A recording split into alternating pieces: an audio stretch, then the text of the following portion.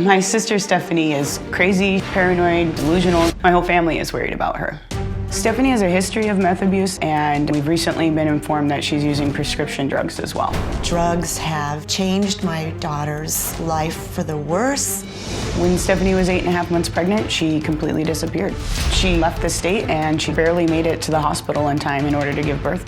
Stephanie's child was born addicted to methamphetamine. It was horrible.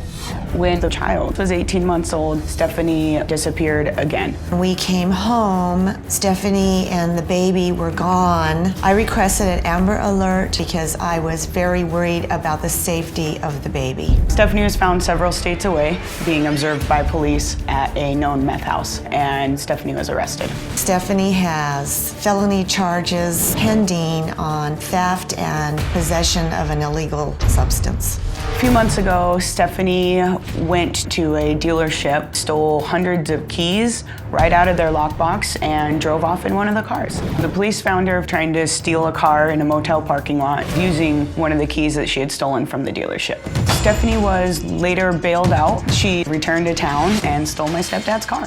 Her bail was revoked. When the bondsman placed Stephanie into custody, Stephanie had dyed her hair black. She was trying to hide her identity. A couple of weeks ago, she was arrested for resisting arrest. An officer pulled up behind her. She left the vehicle and ran away. The police had to go chase her down. Every time the phone rings, I'm afraid that I'm getting that phone call that something has happened to her. Stephanie is a danger to herself, and I'm very concerned she could pose an extreme danger to her children. Well, you heard several allegations, and those are just some of the reasons Jody says she recently received temporary guardianship of Stephanie's daughter. Now, something Stephanie still doesn't know about, and she's going to find that out today here. But that's not all. In addition to her run-ins with the law, Ryan and Jody say they worry Stephanie may be suffering from a serious mental illness. Stephanie creates these paranoid conspiracy theories to explain away everything that she does. She has many delusions that are not based in reality.